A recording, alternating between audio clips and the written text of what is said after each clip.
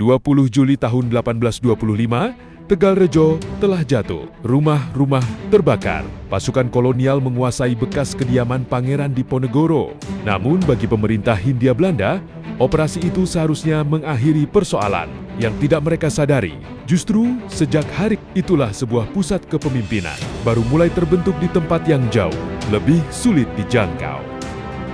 Selarong belum menjadi markas besar, tidak ada ribuan orang yang berkumpul.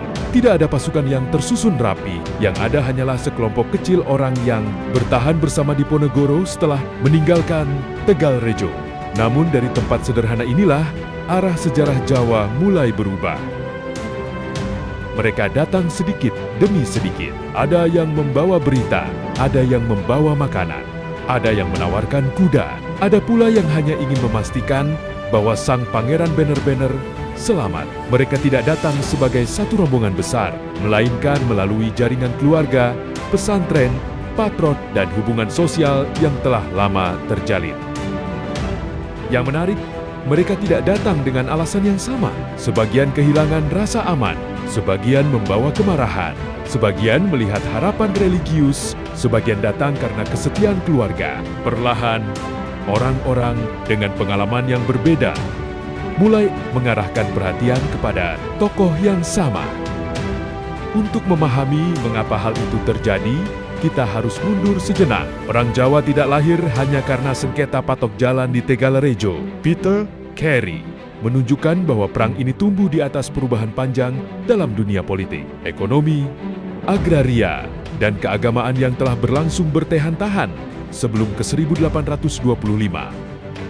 Di berbagai wilayah, masyarakat menghadapi perubahan pengelolaan tanah, meningkatnya beban pungutan, serta ketidakpastian mengenai hak dan kewajiban mereka. Namun pengalaman itu tidak sama di setiap daerah. Ada wilayah yang merasakan tekanan lebih berat, ada pula yang relatif stabil. Karena itu, tidak semua masyarakat Jawa bereaksi dengan cara yang sama. Bukan hanya persoalan ekonomi, di lingkungan keraton sendiri terjadi ketegangan politik yang berkepanjangan. Di sisi lain, sebagian kalangan keagamaan memandang bahwa perubahan sosial dan campur tangan kekuasaan kolonial telah mengganggu tatanan moral yang selama ini mereka kenal. Berbagai kegelisahan itu saling bertemu, meskipun tidak selalu dengan bentuk yang sama. Kalau seluruh Jawa mengalami tekanan, mengapa tidak seluruh Jawa segera bangkit? Inilah pertanyaan penting yang sering terlupakan. Sebagian wilayah bergerak cepat, sebagian memilih menunggu, sebagian tetap netral. Bahkan ada pula yang mendukung pemerintah kolonial. Sejarah jauh lebih rumit daripada sekadar membagi masyarakat menjadi dua kubu.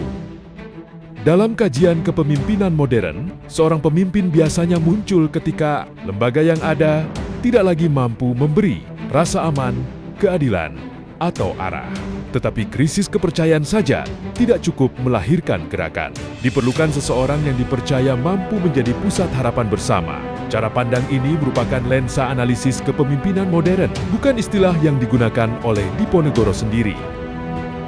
Selarong mulai berubah, bukan karena pasukan besar telah terbentuk, melainkan karena semakin banyak orang memilih menjadikannya tujuan.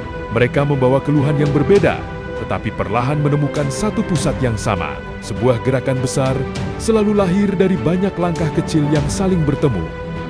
Keluhan dapat membuat masyarakat menjauh dari penguasa. Namun, keluhan saja belum menjelaskan mengapa mereka kemudian mendekati Diponegoro. Lalu, apa yang membuat seorang pangeran mampu memperoleh kepercayaan dari begitu banyak kelompok yang berbeda? Itulah pertanyaan yang akan kita bahas pada bagian berikutnya. Semakin banyak orang mulai datang ke Selarong, namun sebuah pertanyaan penting muncul. Mengapa mereka memilih mengikuti Diponegoro? Mengapa pusat harapan itu tidak terbentuk di sekitar tokoh lain? Jawabannya ternyata jauh lebih rumit daripada sekadar karena ia seorang pangeran. Diponegoro memang putra sultan. Hamengkubuwana III garis keturunan ini memberinya legitimasi politik yang tidak dimiliki kebanyakan tokoh lokal. Namun darah kerajaan bukanlah tiket otomatis menuju kepemimpinan. Justru selama Perang Jawa, banyak bangsawan memilih jalan yang berbeda. Sebagian tetap bersama pemerintah kolonial, sebagian bersikap menunggu, dan sebagian lagi mendukung Diponegoro. Hal ini terlihat jelas dalam berbagai sumber. Jawa, Babat Diponegoro menggambarkan perjuangannya dari sudut pandang sang pangeran sendiri, tetapi Babat Dipanagara dari lingkungan Surakarta maupun Babat Kedung Kebo memperlihatkan bahwa sebagian elit Jawa justru memandang Diponegoro secara kritis. Perbedaan sumber ini mengingatkan kita bahwa legitimasi selalu diperdebatkan. Kepercayaan kepada Diponegoro tidak lahir pada tanggal 20 Uli tahun ke-1825 selama bertahan-tahan sebelumnya. Ia telah membangun reputasi sebagai bangsawan yang lebih banyak berinteraksi dengan kehidupan pedesaan dibandingkan hiruk-pikuk politik keraton. Reputasi itulah yang menjadi modal sosial ketika krisis datang.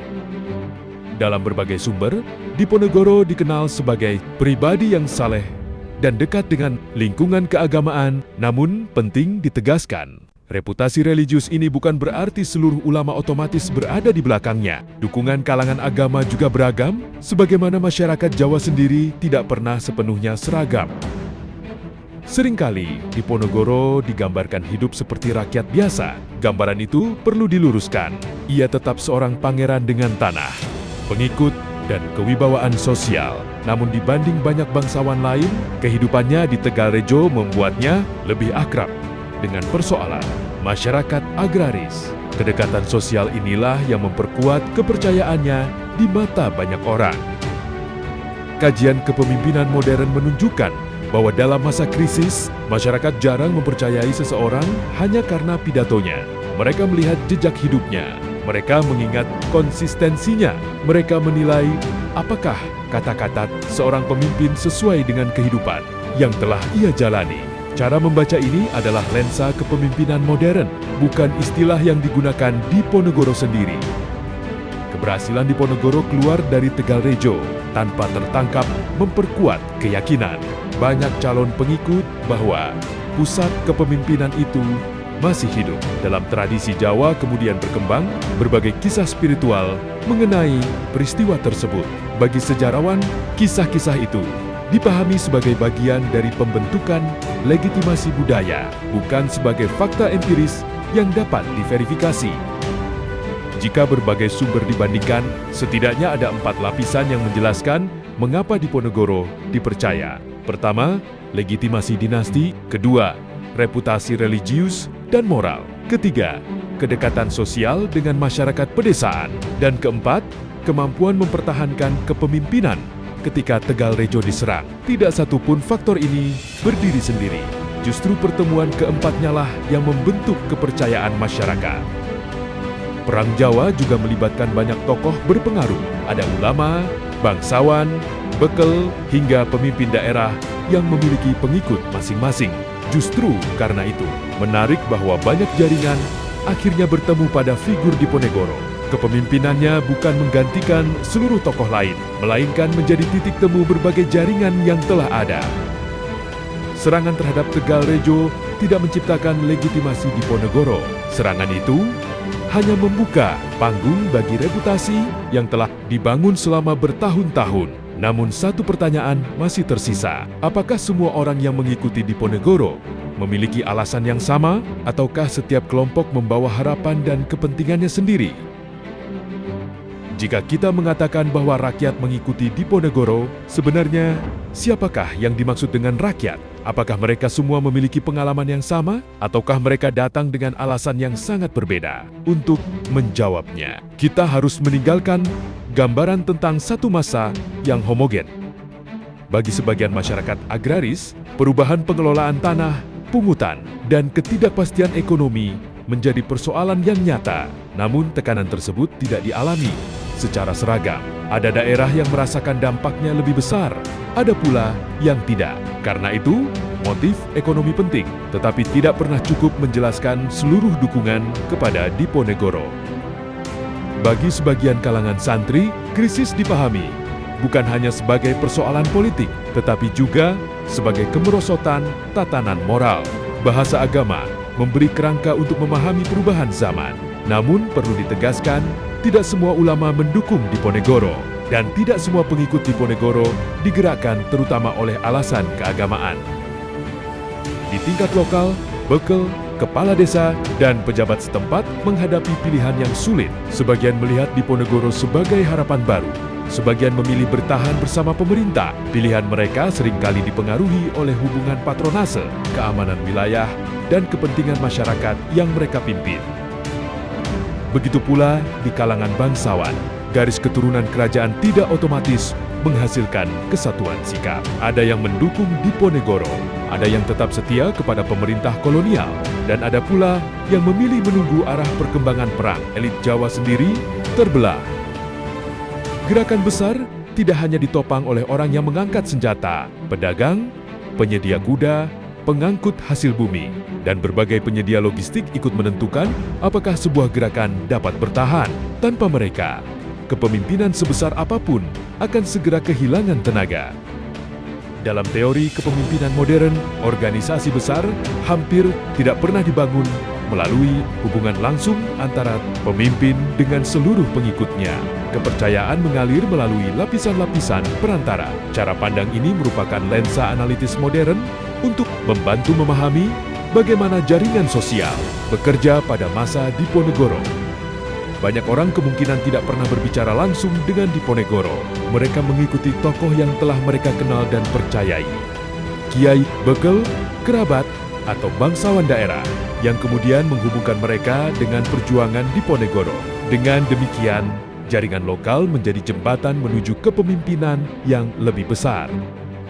Tidak semua pendukung menjadi prajurit. Ada yang menyediakan pangan, ada yang menjadi kurir, ada yang memberi tempat berlindung, ada yang menyampaikan informasi, ada yang sekadar menolak membantu pemerintah. Dalam perang, dukungan seringkali jauh lebih luas daripada barisan yang terlihat di medan tempur.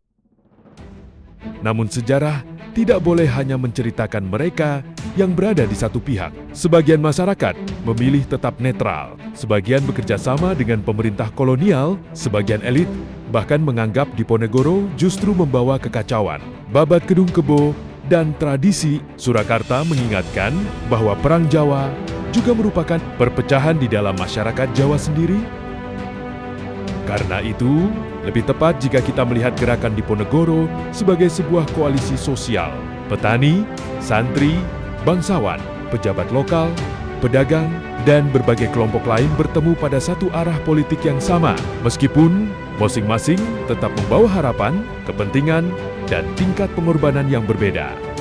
Diponegoro berhasil menjadi titik temu berbagai jaringan yang berbeda, namun menyatukan dukungan jauh lebih mudah daripada mempertahankannya. Ketika semakin banyak orang mulai mempertaruhkan keluarga, harta, dan masa depan mereka, lahirlah pertanyaan baru. Apa yang membuat seseorang bersedia mengambil risiko sebesar itu? Mendengar kabar tentang Diponegoro tidak sama dengan mengikutinya. Mengagumi keberaniannya juga tidak sama dengan menyerahkan pangan, membuka tempat perlindungan, atau bergabung dalam perlawanan. Di antara simpati dan tindakan terdapat satu batas penting, keputusan untuk menerima risiko. Kesetiaan tidak selalu lahir dalam satu momen dramatis. Bagi sebagian orang, ia tumbuh melalui beberapa tahap. Mereka mendengar kabar, menilai pembawanya, memberikan bantuan kecil, lalu semakin terikat pada jaringan perlawanan. Sebagian berhenti pada simpati. Sebagian membantu secara diam-diam. Hanya sebagian yang akhirnya mengangkat senjata. Banyak keputusan untuk mendukung Diponegoro kemungkinan tidak dibuat setelah bertemu langsung dengannya. Keputusan itu lahir melalui orang-orang yang telah dipercaya. Kiai, bekel, kerabat, pemilik tanah, bangsawan daerah, atau pemimpin kelompok setempat. Karena itu, kepercayaan kepada Diponegoro sering mengalir melalui rantai kepercayaan sosial. Dalam situasi perang, sekarung beras bukan sekadar bantuan. Ia merupakan pilihan politik. Pangan yang diberikan kepada pengikut Diponegoro tidak lagi dapat digunakan sepenuhnya untuk keluarga, dijual atau diserahkan kepada pihak lain. Dukungan logistik selalu mempunyai harga, meskipun orang yang memberikannya tidak pernah terlihat di medan pertempuran. Menyembunyikan kurir, memberi tempat bermalam, atau menyampaikan informasi berarti membawa perang masuk ke dalam ruang keluarga. Dukungan yang sebelumnya bersifat abstrak berubah menjadi ancaman nyata. Pemeriksaan, kehilangan keamanan, rusaknya hubungan dengan tetangga, atau pembalasan dari pihak yang berlawanan. Perang Jawa bukan hanya mempertemukan masyarakat Jawa dengan pemerintah kolonial, perang juga dapat membelah desa, keluarga, elit lokal, bahkan lingkungan keagamaan. Sumber Surakarta, Babat Kedung Kebo, dan laporan kolonial memperlihatkan adanya orang Jawa yang memerangi, menolak, atau tidak mempercayai Diponegoro. Karena itu, pilihan mengikuti sang pangeran dapat berarti berhadapan dengan sesama orang Jawa. Catatan, UNESCO mengenai Babat Diponegoro juga menekankan bahwa perang melahirkan loyalitas yang saling bertentangan di kalangan elit Jawa. Mengapa risiko sebesar itu tetap diambil? Salah satu jawabannya adalah harapan. Bagi sebagian pengikut, Diponegoro bukan hanya seorang pangeran yang menolak penangkapan. Ia dipahami sebagai tokoh yang dapat memulihkan ketertiban politik, martabat Jawa, kedudukan agama, dan tatanan moral yang dianggap telah rusak. Dalam autobiografinya, Diponegoro memosisikan perjuangan dalam kerangka pemulihan agama dan tatanan moral Jawa Islam. Sumber tersebut tetap harus dibaca sebagai ingatan retrospektif, sekaligus pembentukan legitimasi dirinya. Dalam dunia simbolik Jawa, gagasan tentang Ratu Adil menyediakan bahasa untuk membayangkan pemulihan. Namun, istilah ini tidak boleh diperlakukan seolah-olah seluruh pengikut memiliki definisi dan harapan yang identik. Bagi Diponegoro, peran tersebut berkaitan dengan tanggung jawab menjaga agama, moralitas, dan kesejahteraan rakyat. Bagi pengikut yang berbeda, maknanya dapat diterjemahkan secara berbeda pula. Dokumen nominasi UNESCO menjelaskan bagaimana Diponegoro melihat dirinya dalam peran Ratu Adil yang bertugas mengembalikan tatanan moral Jawa Islam. Dalam lensa kepemimpinan modern, manusia bersedia mengambil risiko ketika masa depan yang ditawarkan terasa lebih bermakna daripada keamanan yang mereka miliki saat ini. Namun pemimpin tidak hanya menjelaskan apa yang harus ditolak, ia harus memberi gambaran tentang tatanan apa yang hendak dibangun. Ini merupakan lensa analitis masa kini, bukan istilah yang digunakan oleh Diponegoro sendiri. Namun ketika dukungan bertambah, posisi Diponegoro ikut berubah. Ia tidak lagi hanya bertanggung jawab atas perlawanan pribadinya terhadap pemerintah. Ia mulai memikul harapan orang-orang yang menyediakan pangan, meninggalkan rumah, menyembunyikan utusan, atau mengikatkan nasib keluarganya kepada perjuangan. Konsep kepemimpinan dalam Babat Diponegoro menempatkan penguasa ideal sebagai penjamin kesejahteraan dan kebahagiaan rakyatnya, bukan semata-mata pemilik kewibawaan. Koalisi yang luas adalah kekuatan sekaligus kerentanan. Kelompok keagamaan dapat menuntut konsistensi moral. Bangsawan daerah membawa kehormatan dan kepentingan politiknya. Pemimpin lokal harus melindungi wilayah serta pengikutnya. Masyarakat desa membutuhkan keamanan dan kepastian pangan. Selama musuh bersama masih terlihat jelas, perbedaan itu dapat ditahan. Tetapi ketika perang berkepanjangan, setiap perbedaan dapat berubah menjadi persaingan. Mereka tidak datang dengan alasan yang sama. Ada yang mencari keadilan, ada yang mempertahankan agama dan martabat, ada yang setia kepada keluarga atau patron, ada yang membutuhkan perlindungan, ada pula yang melihat peluang politik. Diponegoro tidak menghapus perbedaan itu, ia memberi berbagai kelompok tersebut satu pusat legitimasi dan satu arah untuk bergerak. Namun sejak mereka mempercayakan hidup kepadanya, Diponegoro tidak lagi bebas menjadi pemimpin bagi dirinya sendiri. Setiap keputusan dapat menentukan keamanan desa, kelangsungan keluarga, dan masa depan orang-orang yang mengikutinya. Kemampuan memperoleh pengikut adalah awal kepemimpinan. Ujian yang lebih berat adalah menjaga agar kepercayaan mereka tidak berubah menjadi kekacauan, persaingan, atau kekecewaan. Diponegoro kini memiliki pengikut, namun pengikut belum menjadi tentara. Simpati belum menjadi logistik yang teratur. Keberanian belum menjadi strategi. Bagaimana jaringan yang longgar ini kemudian diubah menjadi kekuatan perang yang mampu mengguncang Yogyakarta dan menantang pemerintahan kolonial? Mereka tidak mengikuti Diponegoro karena satu alasan yang sama. Ada yang membawa keresahan ekonomi, keyakinan agama, kesetiaan keluarga, kepentingan politik, atau harapan akan tatanan yang lebih adil. Tetapi berbagai alasan itu akhirnya bertemu pada satu hal: kepercayaan. Dan inilah pelajaran penting dari sejarah. Keluhan tidak otomatis menjadi perlawanan. Kemarahan tidak otomatis menjadi gerakan. Keduanya memperoleh kekuatan ketika manusia menemukan pemimpin, jaringan, dan harapan yang mereka percaya layak diperjuangkan. Inilah titik ketika keluhan berubah menjadi kepercayaan, kepercayaan menjadi komitmen, dan komitmen berubah menjadi perlawanan. Namun bagi Diponegoro, keberhasilan memperoleh pengikut justru melahirkan tanggung jawab yang jauh lebih besar, karena pengikut belum menjadi tentara, dukungan belum menjadi logistik, dan keberanian belum menjadi strategi.